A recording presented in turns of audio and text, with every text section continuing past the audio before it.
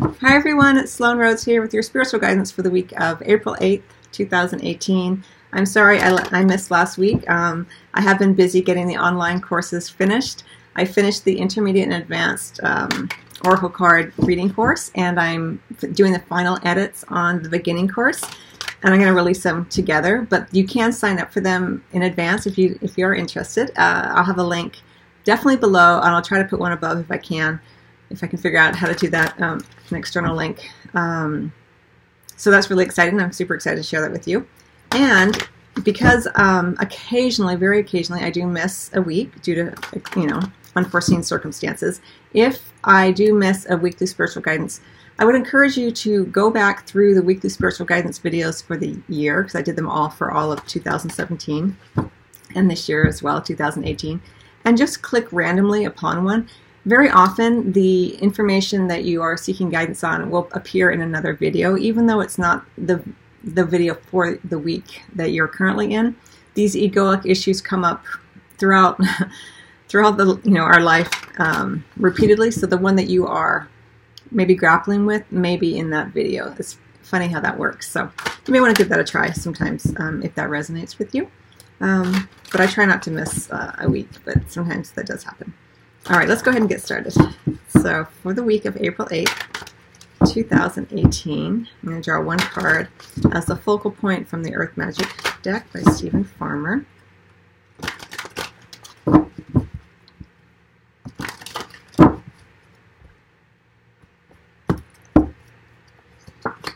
Ancestors, generations.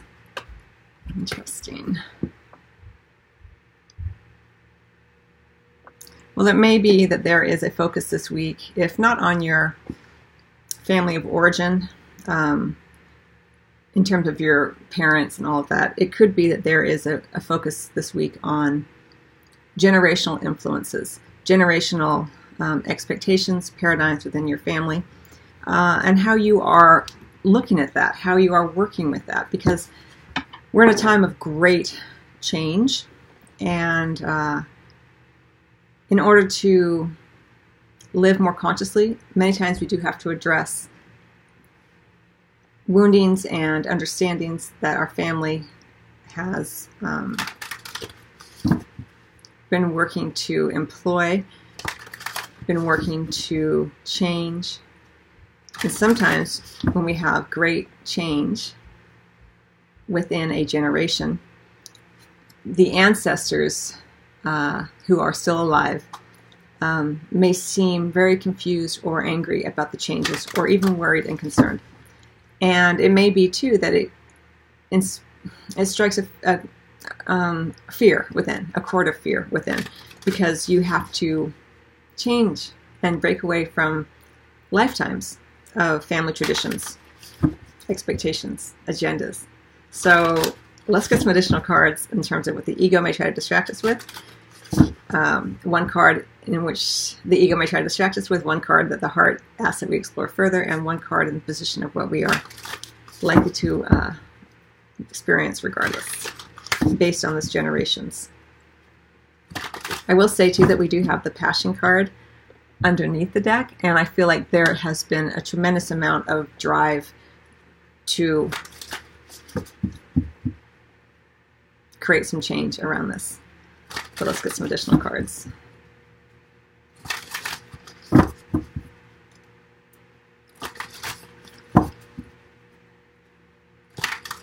And remember that you can break away from ancestral paradigms, expectations, and agendas with love. It doesn't have to be a rebellious type of experience. You can honor the generations, your family of origin, your parents, your grandparents, even when their value systems are at completely different ends of the spectrum than your own. You can honor it without the fear or the need to rebel against it, and recognize that they had their own path. They had their own experiences and generational expectations that have shaped them. So you don't have to fight against it. You can look at them, you can honor them and say, yes, thank you for the lessons. I'm choosing to do things differently for me. sometimes, because it's family, we can get very triggered, and the passion can get mixed up with, I picked up 2 cards, the tsunami card underneath the wake-up call. Again, tremendous energy around this. The passion can get mixed up with anger. So just be aware of that. It's not uncommon. This is why we have so many trigger points for their families, because they are wonderful teachers.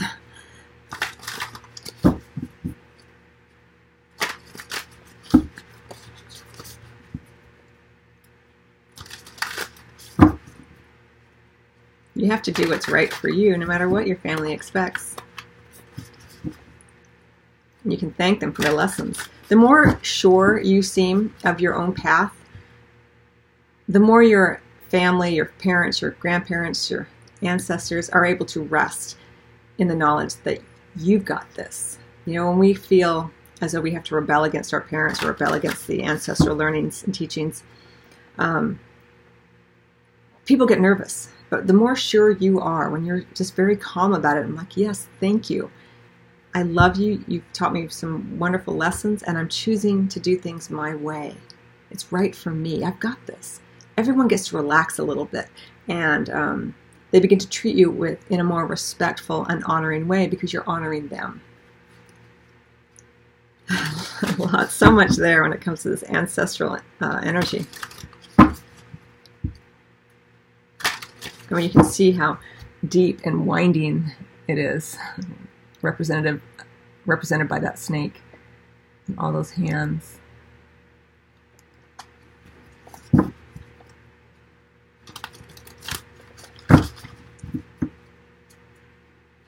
I know sometimes for younger generations, it's like you just want to leave them behind and be like, oh, they don't know what they're talking about, or they're so old now, and but they have a lot of wisdom, and there's a reason that they're in your life, that they're a part of your family. All right, so in terms of what our ego may try to distract us with, we have the Lovers. Our heart is asking that we explore further the 10 of Wands.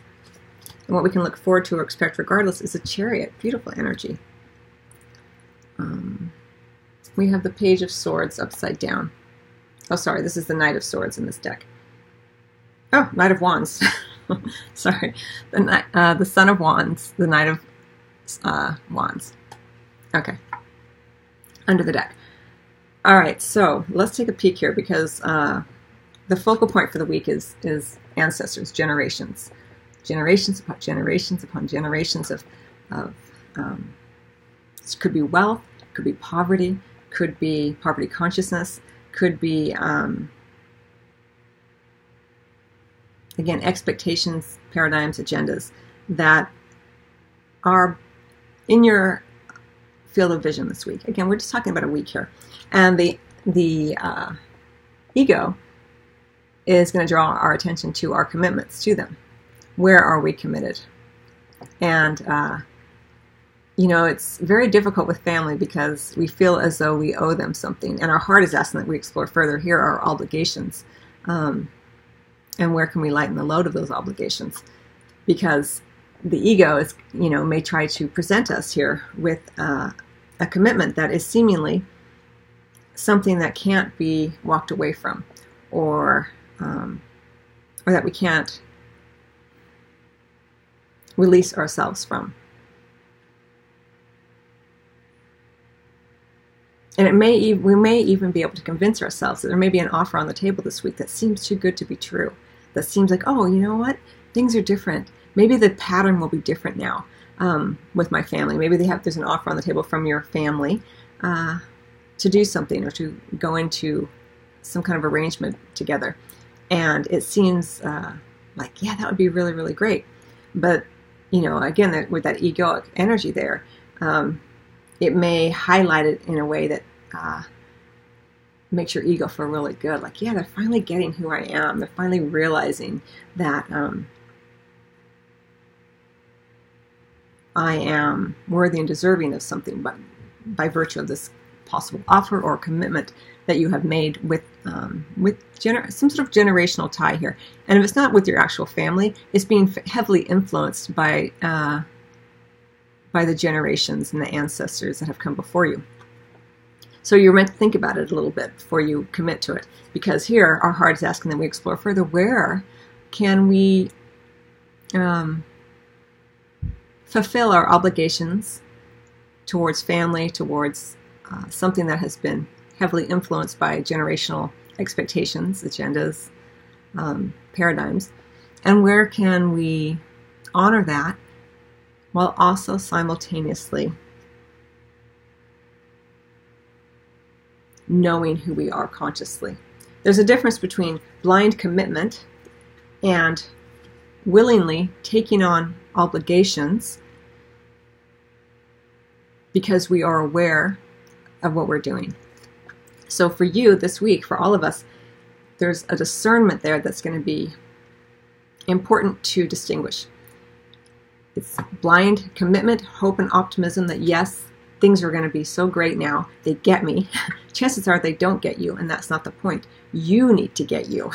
You need to know what your obligations are and what you're willing to take on and where you are willing to delegate or say, no, I'm not able to meet that expectation or that obligation. Very, very interesting. But what you can look forward to regardless is the Chariot. Beautiful energy. You are moving forward, but you're moving forward through the understanding and the discernment of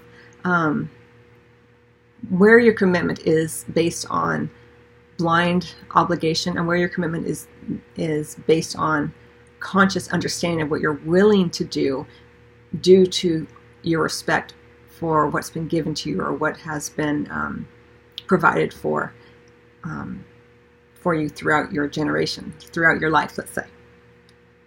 I hope I'm articulating that clearly. Now, on a very, very practical level, because we have the Chariot here, there may be, first and foremost, a Cancerian individual involved, but also it could also indicate, a car. So, if you are being given a car, this is the commitment. You've agreed to this commitment. You're going to either jointly own a car or just something like that. Be aware that there may be some underlying expectations and agendas that you're not quite aware of yet. Now, that's very simplistic, but I will mention it because I know many of you are like, I want the practical understanding of this. But what I feel like more is that there is an opportunity during this week through your discernment of commitments based on unconscious, like, oh, I have to do it because they asked or they're offering, versus your clarity of understanding of what I'm willing to burden myself with based on my conscious awareness and choice. And through that understanding, you are able to move forward by balancing these two very opposing, in some ways, forces. Family obligations and expectations and commitments are powerful, and oftentimes they are surrounded by guilt and fear and shame. That shame that we can never do enough, or guilt that we've done it wrong. So be aware of this. Now, we do have the Son of Wands, the Knight of Wands, under the deck in the reverse. I feel like maybe going in, there may be quite a bit of energy with that fire, but it may burn out very quickly. So be prepared for a plan B here. Be prepared to recognize where this commitment that seems so great at first falls apart, based either on you or them, because there's some instability here that's going on.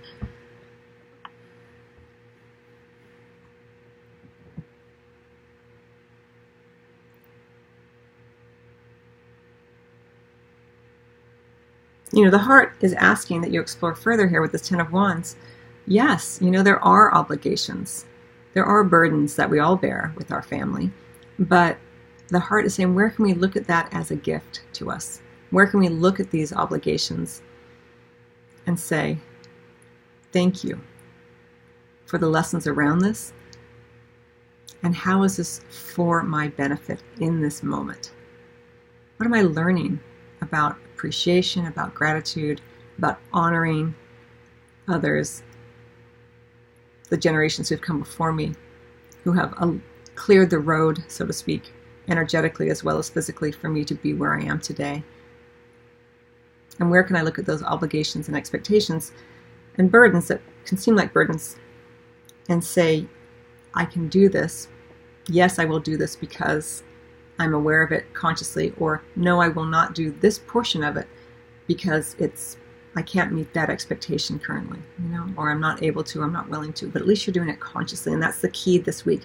A lot of consciousness around this. Again, if it's not coming directly from your family, it's heavily influenced by generations of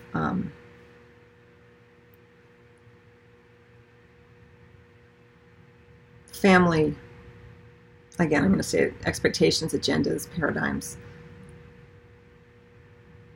There's an opportunity here to bump up, let's say. But again, it's very kind of unstable with that fire under here, the passion, the Son of Wands in the reverse under the deck here. So, because these are both, very fire-based, kind of a flake out kind of energy there. So just be aware of that. Interesting energy. Okay, well, I hope that you found that helpful. And I will put a link here for the online courses. I'll let you know when they're available for purchase, but you can sign up early if you desire to. And I'm still available for my Reiki healings as well as private tarot readings. So I have links here as well as below. All right, much love to you. I hope that you have a wonderful week.